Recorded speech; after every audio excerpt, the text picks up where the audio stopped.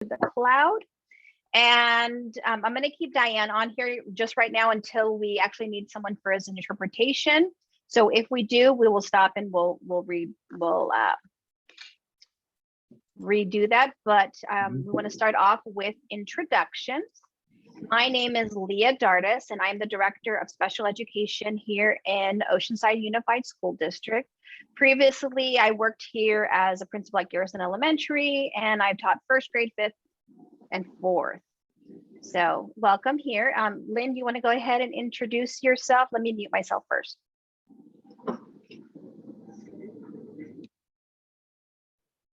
Okay, hi everybody. My name is Lynn Dudas, and I am a special education teacher on special assignment.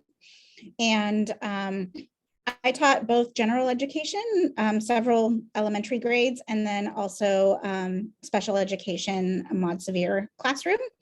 And I'm a board certified behavior analyst, so I support with behaviors across the district. And then I also like to support the mod severe programs and go visit all the kiddos. So thank you for being here.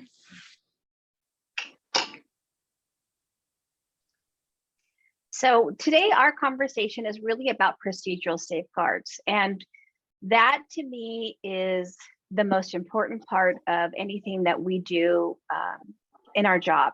While for us, we may have 20 IEPs in a year, or as a school principal, I had 160. This is the only IEP for your child. And so we really need to make sure that we have families that understand their parental rights. So today's topic is really about parental rights. I'm going to actually stop sharing for 1 second because we just had a family join us. Good morning. Señora, ¿usted necesita a alguien en español o lo puede hacer en inglés?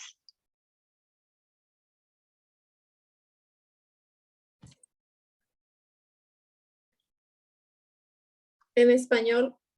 Ok, le voy a enseñar las instrucciones para hacerlo, okay? Okay.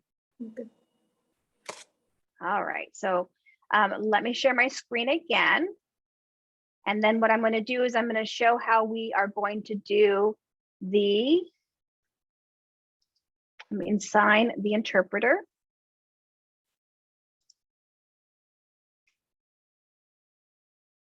Diane, thumbs up, did it activate you?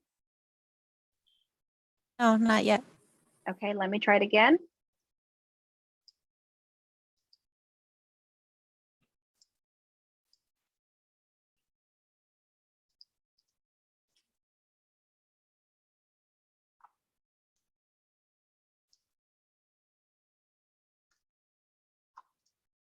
Not letting me stop that. Let me try this again. There we go. Okay, start. Yes. Okay. Ahora? Okay.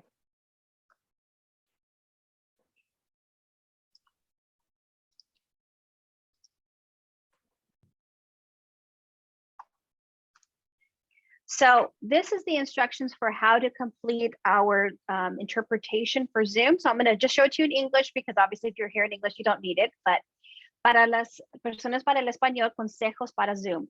Oprima el botón para la interpretación y selecciona español. ¿Sí se lo encuentras, familia Ávila? Casi, ahorita déjeme encontrar. Está aquí en el panel. ¿Dónde dice configuración de la reunión? No dice interpretación, tiene un globo como el mundo. Es un botón en el panel de abajo o puede estar aquí arriba.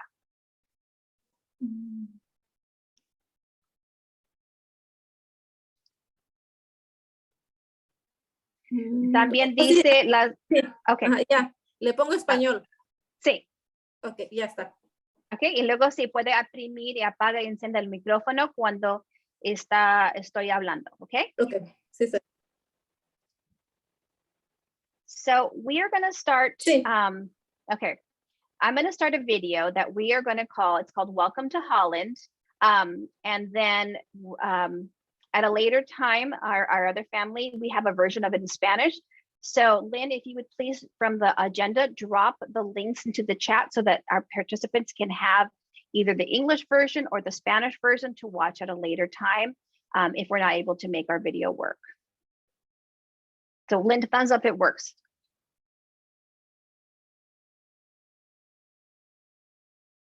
Can you hear it? No? What? Stop share. Share screen. Advanced sharing options. It's not giving me. Ah, share sound. You were right.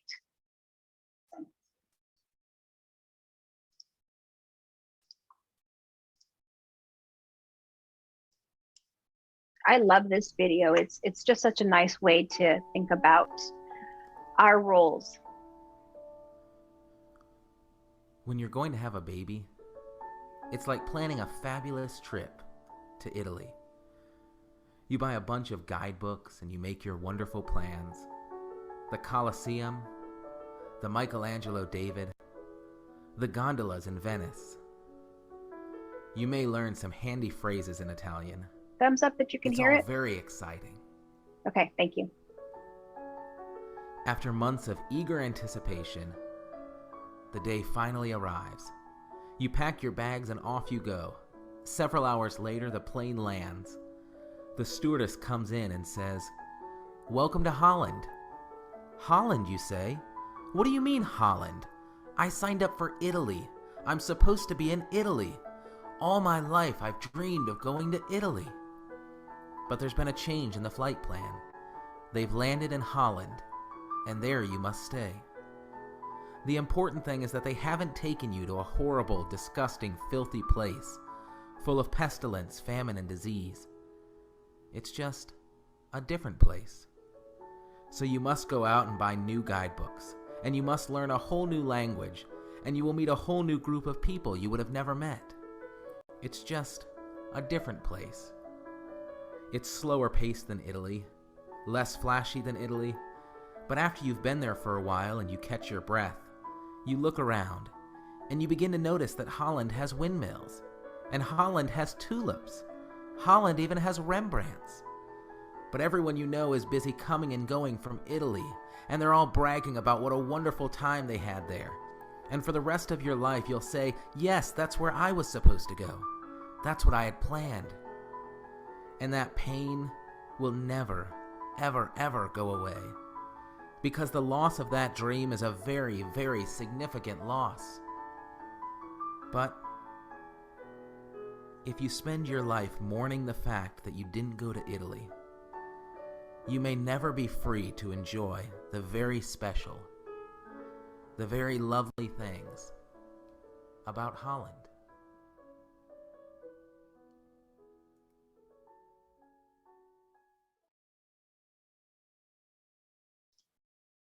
I love that video. That was shared with me by one of our parents, Veronica Garcia, that has been working with us to help us with our parent guardian panels to really beef it up and make it appropriate. And the Spanish version is talking about not going to Holland or to Italy, but about traveling between the beach and the mountains and the differences in that. Are there any thoughts that you would like to share out about this video?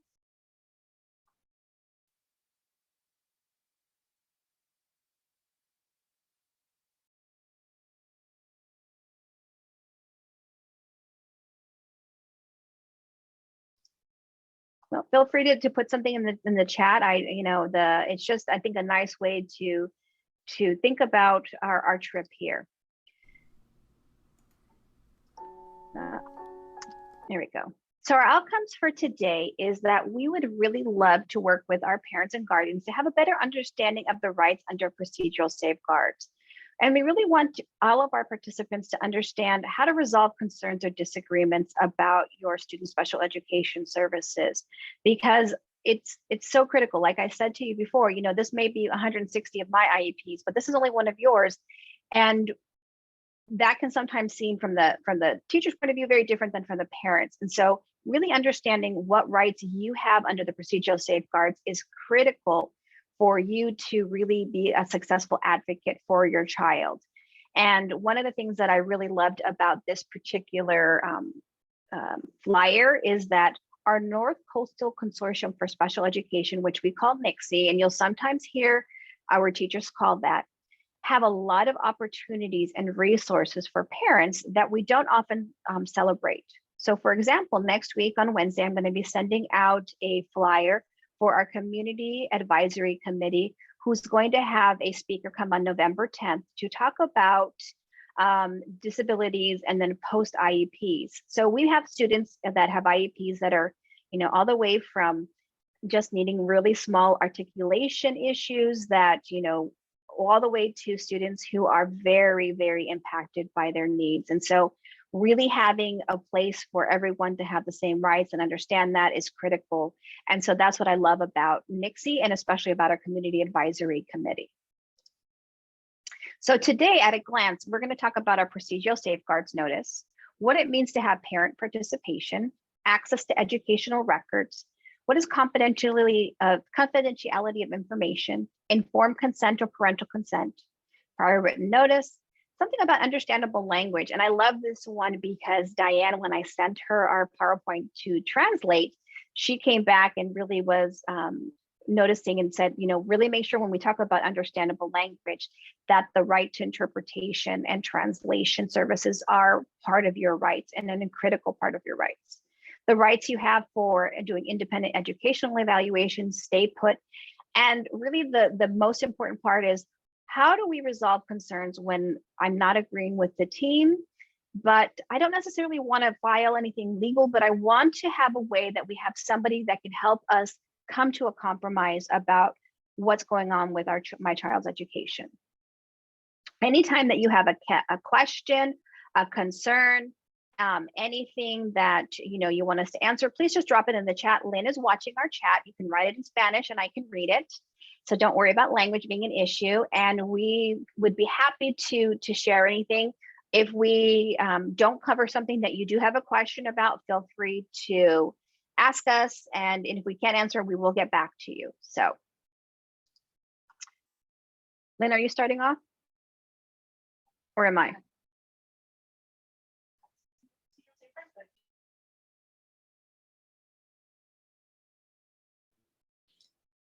Okay, so first we're going to talk about procedural safeguards. And for let me close this chat and see if that helps. There's a black bar on mine. Is there one on yours? On your screen? Oh, okay. Well, I'm going to try to guess what's behind the black bar because it's in the middle of my. Oh. I'll go ahead then. It's weird. Look. It is weird on her screen. I verified. Let me mute Lynn. We're in the same office right now to make it easier for us to present.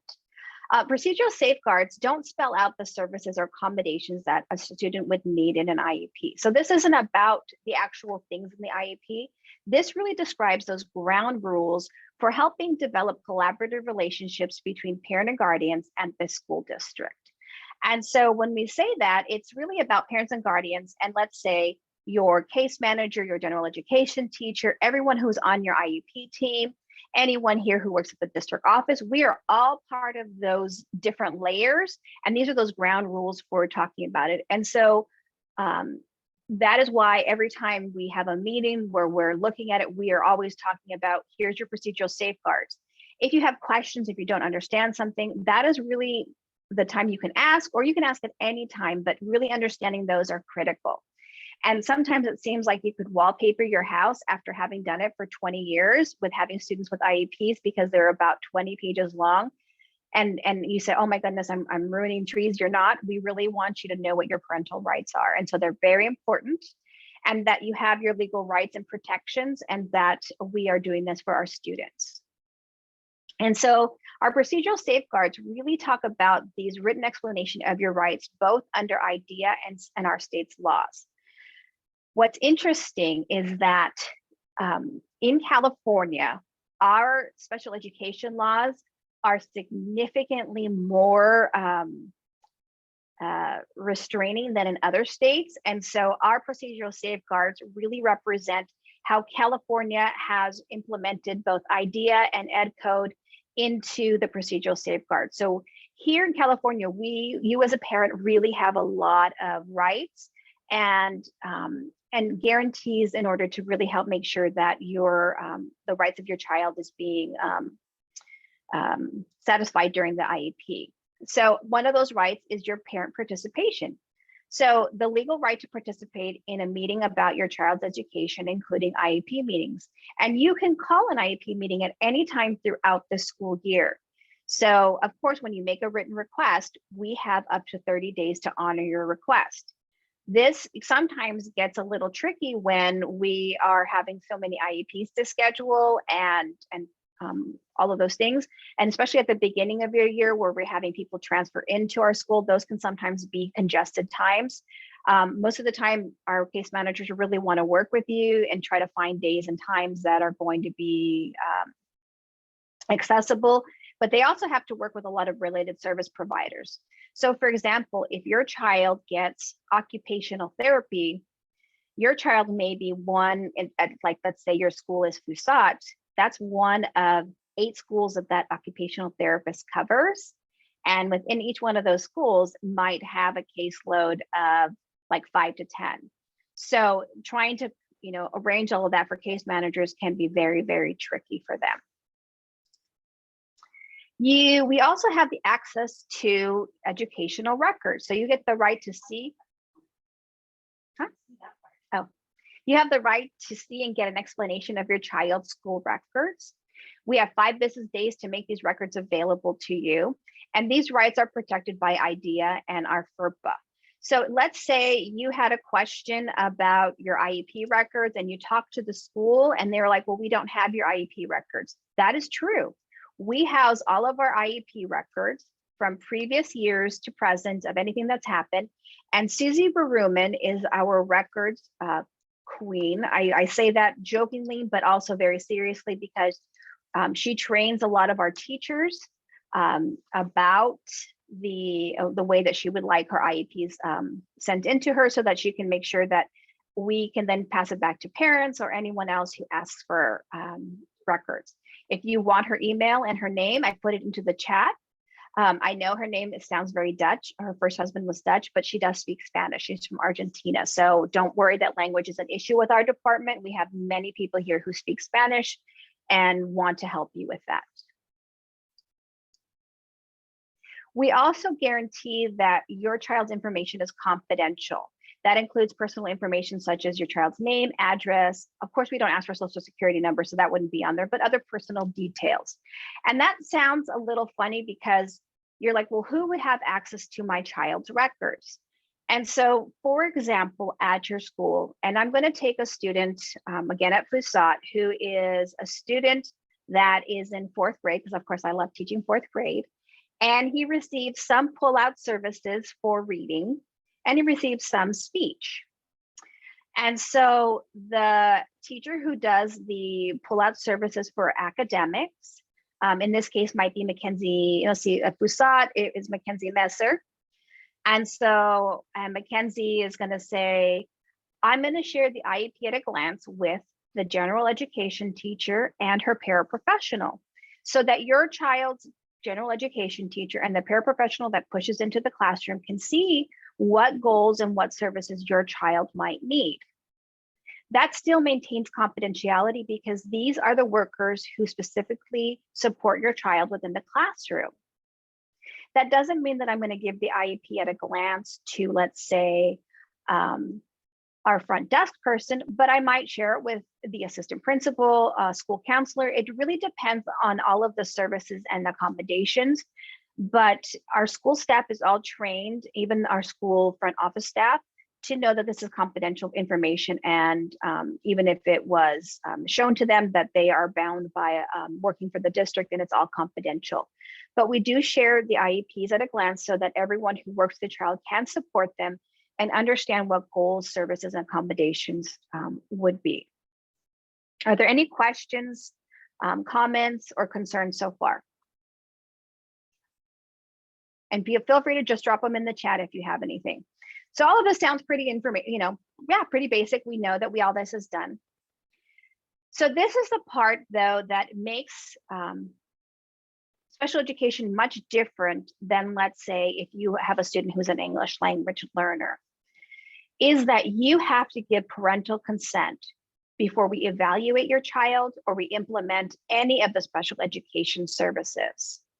So that means that every time that we do an initial evaluation, or every 3 years we do a triennial where we reevaluate their eligibility, or anytime that you say, you know, I've been noticing that they're really struggling with, let's say, some anxiety about returning back to school because we've been off for almost, this is our 3rd year, and I really want them to be assessed, looked at maybe some additional counseling services. We can, all of those things. You should get some kind of form, an assessment plan that says you give permission for your child to be evaluated. And then every time we have our IEP meeting, you're not just signing that you were attending. Well, you do sign that you attended, but it's that you agree to implement their special education services. And so what happens when you don't agree? This is the part that we don't often get to. That's what we're going to talk about at the very end with our alternative dispute resolution. And so we just want to make sure that you really hold a lot of the power in this particular part. But that doesn't also mean that we don't have alternative ways. So let's say that we're, not that anyone on this call, but says, I'm just not agreeing with implementing her special education services. We have program coordinators that will support the case managers to really make sure that we're having a good opportunity for schools to collaborate with parents, because that's really the critical part of this. Lynn, are you ready?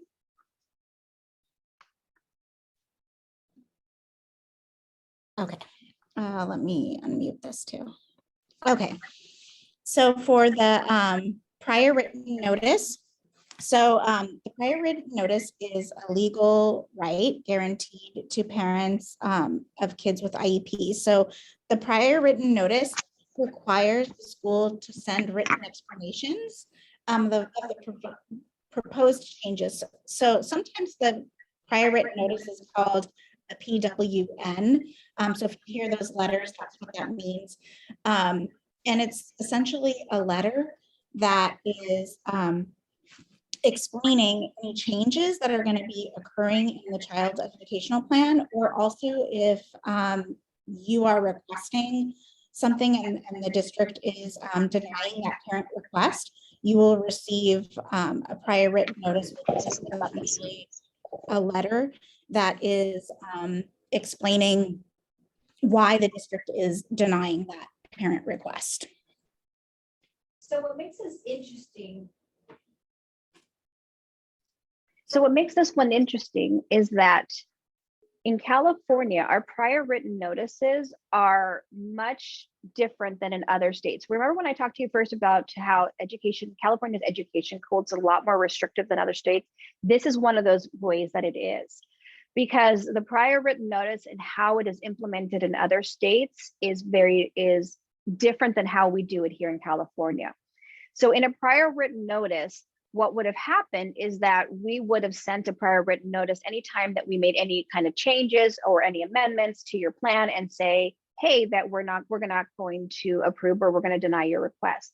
In California, we actually have to hold IEP meetings where we discuss that before we can send prior written notice denying a parent's request. So that's a slight difference that you would see in between California and other states, is that the way that prior written notices are implemented here are not similar to procedural safeguards that you would have in other states, which is where this becomes a much more narrow, restrictive interpretation for prior written notices.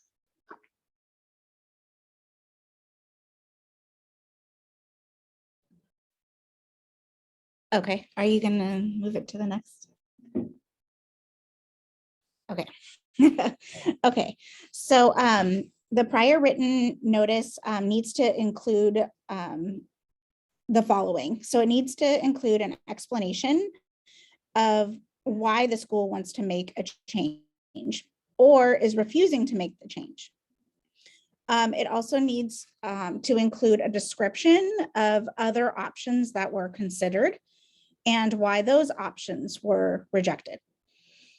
In addition, it needs to include a description of each test or record that the school used to make the decision. So basically the data, what data was used in order to make the decision. It also needs to include a reminder that parents do have legal rights to procedural safeguards, and information about how parents can get a written copy of their legal rights. And also it should include contact information for parents to get information and help understanding their rights. So Lynn, what might be a PWN that you have seen being written? So you want me to give a specific example of, okay. So we've had an example of a parent in an IEP meeting requesting music therapy, and the team, they wanted a music therapy assessment and music therapy services. And the team, while we use music in the classroom, we didn't feel that the team and the service providers didn't feel that music therapy needed to be assessed. And it's not really an area of assessment, and it's not a service that we provide. Like in our IEPs, we don't provide music therapy services. And so we let the parent know that we would get back to them, that at this time, we don't agree to that, but that we will get back to them. And then a letter needed to be sent out, a PWN or prior written notice needed to be sent out to the family explaining why this request was being rejected and how the student was already making progress in their goals, given the current services that the student was receiving, and that their needs would be met with the services that we were offering. So that's an example of a time that we sent a PWN.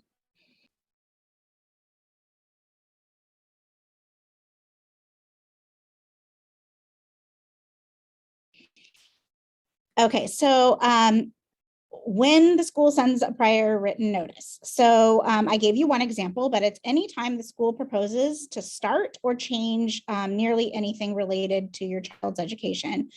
So for example, the school wants to change the child's IEP, it needs to send a prior written notice. As Leah Dardis was explaining, we typically would have an IEP meeting, but sometimes we need to follow up with a prior written notice or something changes. I think we sent a prior written notice with COVID, didn't we? I don't know. It seems like so long ago. Well, anytime something changes like unexpectedly, I guess, but we would typically meet in an IEP meeting. The school must also give written notice if it rejects any parent requests, like I was giving you that example of the parent that wanted the music therapy. And we sent a prior written notice to explain why that was being, that request was being rejected.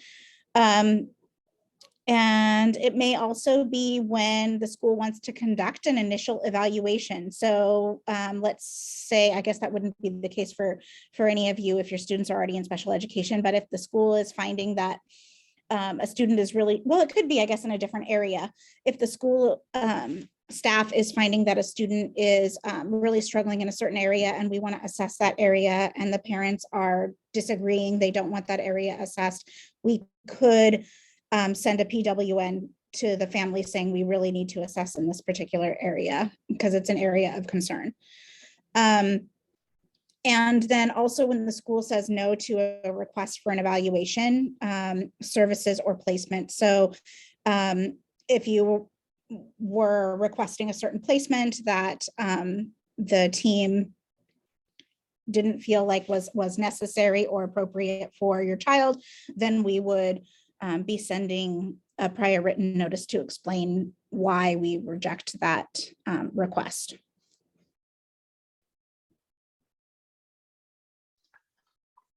So in any time that we have an IEP, one of the things that I'm guilty of as a teacher, as a principal, as an educator, is not always using understandable language. And what that means is that, like most other educators who are my friends, we use a lot of acronyms that are not always clear to other people that are not in our field. I know that when I was first starting off in my career, and I would come home and be super excited, and I was telling my my dad all about, you know, what I was learning, and he's like, I have no idea what you're talking about. And this is one, you know, somebody who's educated and distinguished in his career. So it's really about, what do you do when you don't understand all of the information that we're talking about? Because I will look at some of those psychologist reports, and I'm not a school psychologist, and there's a lot of language in there that sometimes isn't understandable. And so, you know, it's hard because you don't want to appear as not being educated, but I think a lot of times we really need to talk about, some of those words are really hard. I know one of the first words that I thought was really challenging was the one where you always think that you're hurt. No, it's one where you always think that you're feeling like hurt and you're having a stomach ache. See, I can't even remember the name because Hypochondriac. something like that. Yes, Hypochondriac. exactly. Like a hypochondriac, but there's an actual like psychologist term that they use that I didn't know. And it was like, I felt like really not smart. So I think we have, Psychosomatic. there you go. Yeah. Thank you, Caleb. See, now you guys could be at the IEPs better than I can. But I think that's the part of the issue, is that we're not using language that's always understandable. And so really it's important to make sure that when we're not being clear, even if it slows our process down, that we ask. And so, and if we're not having interpreters there, you know, those are definitely your rights to have and to be a part of, and have IEPs translated into Spanish if you request it. So one of the next things that we're talking about is independent educational evaluations. So what this is about is that, let's say your child had their assessment, their triennial assessment, and you got back all of the reports and you read it over, and they did his academics with the Woodcock-Johnson or the Brigance, and they did his speech and language with the different tasks that they used for that, and they did other assessments depending on whatever services your child needs. And you're in the IEP meeting, and you're like, you know, there's something not right with that particular assessment, and you want to get a second opinion. That is really what an independent educational evaluation is a second opinion. Huh? Okay. I'll let you share. It's a second opinion. And what's hard is that because we work with education experts who are experts in our field and do that, it can be hard when you go into there and you say, I'm not agreeing with the evaluation results, and you say, I want to have the chance for an independent educational evaluation. So what that means is you say, I don't agree with the results in the speech and language assessment that was just done or that was done within the last 2 years. And I would like for my child to be reassessed in speech and language. So you would submit that letter to the school, who would then pass it over to my department. And then we would relook at those assessment reports, and we would decide if we could say this is a defensible assessment, or we say, you know, it's a defensible assessment, but we can see where the parent might want a second opinion. And we either fund for you to do the independent educational evaluation, or we have to file for due process. And that looks really tricky and becomes very yucky, because then it feels like I am, you know, using my lawyer powers as the district to do that. And it's really not, it's ed code. It says, ed code says I either have to agree to fund it, or I have to be willing to say I'm going to file and defund it. So that's really what it's about. Either I'm funding it because yes, we see that you want the second opinion and we're not able to defend it to the level that we would say that we could, or we say, no, we're going to file and defend our independent educational evaluation. So if you say, yes, we're going to file, that becomes this whole legal route, and it becomes very yucky. And as I said, it really damages our relationship. When we fund them, we then say, okay, here is our policy from our North Coastal consortium. Here's the policy on IEEs. Here's your procedural safeguards, again, because you need to know your rights. And then we say, okay, we are agreeing to approve your IEE in the area of speech and language, like in the case that we were talking about. And we give you a list of people who are in San Diego County that meet the credentialing process. But we also say you're able to find somebody else in San Diego County as long as they have appropriate credentials, and we can verify that, and they meet our cost cap from NICSE. So we give you a list of approved ones that we have vetted. It does, but we also say that you can find somebody else, which we do all the time. And then once that IEE is conducted, then we come back and hold an IEP meeting and discuss that evaluation and say either it's changing what our thoughts are or it's not, because it's reaffirming what we have already discussed. Any questions, concerns about IEEs? And then Lynn wanted to tell you a story about IEEs. So I actually had my first experience with a PWN as a parent when my son was in preschool. He's now a freshman in high school, but he was in preschool, and the speech and language pathologist had assessed him, and she determined that he was no longer eligible for speech and language services. And I wanted a second opinion because I felt that he still needed those services. And in fact, he's still getting those services, which kind of tells you that I went ahead and got an independent evaluation, and I sent it to the district. I actually paid for it myself just because, I don't know, I didn't want to, I don't know, because I work in a district myself, I guess I didn't want to take district funds. But anyway, they considered the evaluation that I sent in, and they sent me a PWN stating that they would reinstate those services and that he would now be getting speech and language services again. So so that was my experience with the PWN. So PWNs are not always like rejecting something.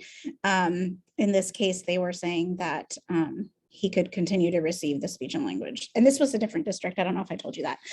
So the last thing we're going to talk about is stay put rights, because that sometimes seems like one of these really funky things. And so what it means is, let's say we have said to you that we want your child, or that we believe that your child would do best in, let's say, I'm trying to think of a stay put that we've been doing lately.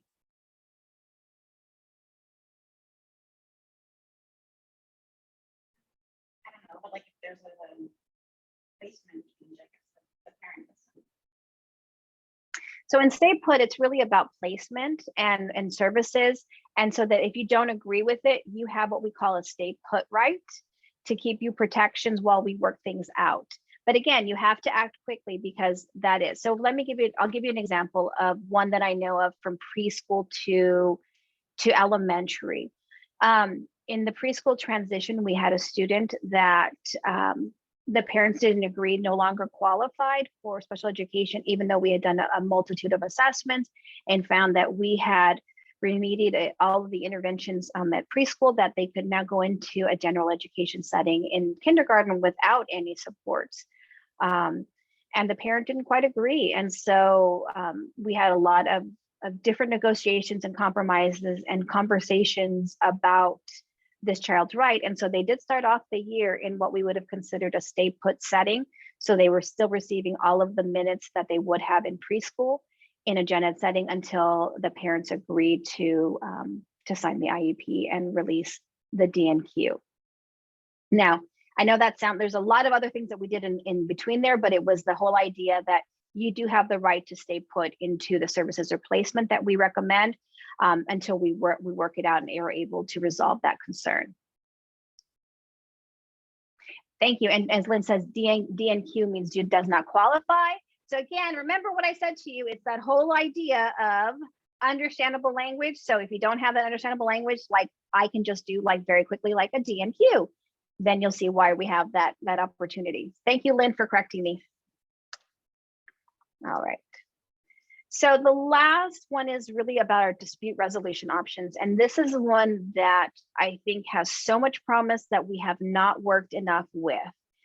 And that's about what to do when you disagree with what's right for your child and what do you do? And oftentimes what we're finding is that parents aren't familiar that they have a step between like advocates and lawyers and due process and filings, that we actually have an alternative dispute resolution through NICSE, which is, again, a way to use a mediator in an informal process to really just recognize that there's a dispute and what can we do to solve it. And I love this particular idea because I think that the more that we can do to, we don't always agree, and that's okay, but the more that we can work together in informal processes without involving advocates and lawyers and things, it continues to help us have that good relationship and collaborate. Because once we break that collaboration and that good relationship, the trust that you have of us in that we're going to provide appropriate education, it just continues to dissolve and disrupt if we don't continue to collaborate and have good relationships. And so then that oftentimes resolves in parents filing complaints with CDE, Office of Administration hearings, discrimination, it could all of these things. And these are very formal processes that have consequences, that cost a lot of money, that do that. And that parents have gotten to the point and families that they're saying, you know, we're not able to resolve that. And yet if we had done more informal resolutions at the beginning and continued to collaborate and figure out ways to continue with that trust building, then we wouldn't see so many of our compliance denials of FAPEs and discrimination. And so those are definitely ways and avenues that parents have as formal processes that cost money. But in the end, it still has the negative result of, even though it supports your child, it doesn't resolve and help you build relationships. And if you have a child that starts off at 3 years old and it's going to be with us until they're 22, that's a long time to have a very broken relationship. So the more that we can do to collaborate and be together is helpful.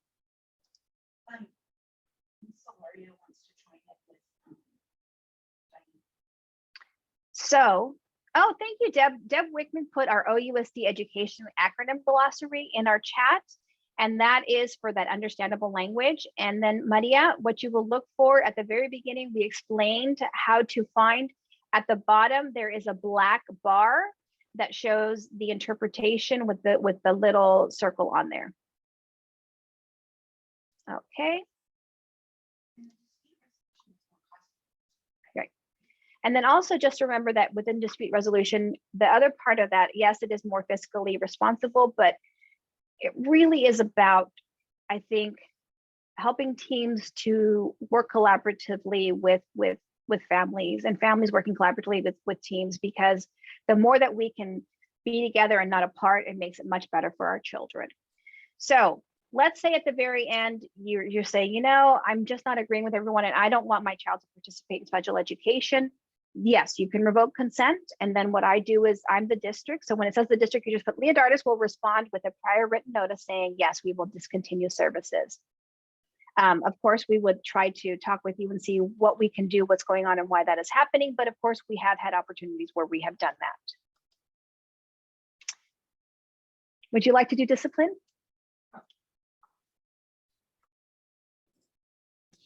Okay, so school discipline and placement procedures. So can my child be suspended or expelled? So when a student has an IEP, it's important for us to look at the behavior and determine whether that behavior is due to their disability or whether, you know, it's a child who is, I don't know, being naughty. So we need to look at it and see, is this because of their disability? And is there something that we need to be doing differently at the school site to help them? Is it something where we need to be assessing their the function of their behavior and so forth? So when a child has an IEP, you do have certain rights as a parent, and the student has certain rights. And we need to look at, you know, if they're being suspended or expelled, you know, on a regular basis or more, you know, more than once or twice, then we really need to start looking at, if we haven't already, looking at whether there's something more that we need to be doing at the school site. And if this is in fact due to their disability. And if we determine that it is not due to their disability, then they can be suspended or expelled as like a general education student might. Like, so for example, a student who has an IEP for articulation and they just can't articulate the blend SL, they can't, then, so they just have like a speech IEP, then, and yet they are, you know, participating in gang activity or something. Well, that is probably not, you know, due to their disability, right? So in that case, maybe they might be expelled for, you know, brandishing a weapon or something. But if a student is getting, you know, upset and they're having a hard time with like flexibility and change in routines and so forth, and it has to do with maybe a disability such as autism, then maybe that is more due to their disability. And then that's something where we need to be looking at how can we support them better, and we would not be expelling them for getting upset and you know, pushing over a table or something because they're frustrated about a schedule change, for example. So and I'm really bad at numbers, I hate to admit it, but I believe it's like 10. Once it gets close to the 10 days, there needs to be a manifestation determination. So there's a limit to the number of days that a student can be suspended if they have an IEP, and it needs to be determined at that point, the manifestation determination, it needs to be determined whether the behavior is a manifestation of their disability. And that's where that fancy term manifestation determination comes from. One of the wonderful things about working in this team is that Lynn Dudas has a BCBA, which is one of her titles. That means that she works on behavior, and she runs our behavior team and has a behavior classroom. And as parents, if you need support with behaviors, and those things can be like, if you have a student that uses a lot of visuals or visual schedules or needs help with some social stories, Lynn is an excellent resource for any of those things that you might need with that. And she'll drop her link to her behavior stuff in the chat. And you are welcome to reach out to her at any time for any of those things that she can able to do in English and Spanish. So again, as Lynn said, what happens after 10 days? Then after 10 days, we have to hold what we call a manifestation of that student's manifestation of their disability. So when we look at that, what we're looking to say is, were they being naughty, or was this incident, or was this thing as a result of their disability? So if you're looking at, let's say, a student that is really impacted by autism, is not always able to communicate what's going on in their head, they need a lot of prompting, they need a lot of visuals, they use an AAC device. So we know that communication is a hardship. And they get really frustrated, and instead of communicating or using their devices or their prompts, they start hitting. So in that case, as a school principal, I'm going to say, okay, this child is hitting because they're frustrated because of their lack of communication. So in my mind, their hitting is a manifestation of their disability. As such, I have to make sure, though, that in their IEP that we have a behavioral goal that addresses that particular function of their behavior. So their communication, they're getting mad, they're getting frustrated. So we have to make sure that we have interventions in place. So we don't just do a manifestation and say, oh, that's your disability, and we move on. We say, this is your disability. Now let's see what we can do as an intervention to support that child. It's not just like, it's okay and we're going to move on. It's no, we recognize that we're having this child, we're going to continue to work on that.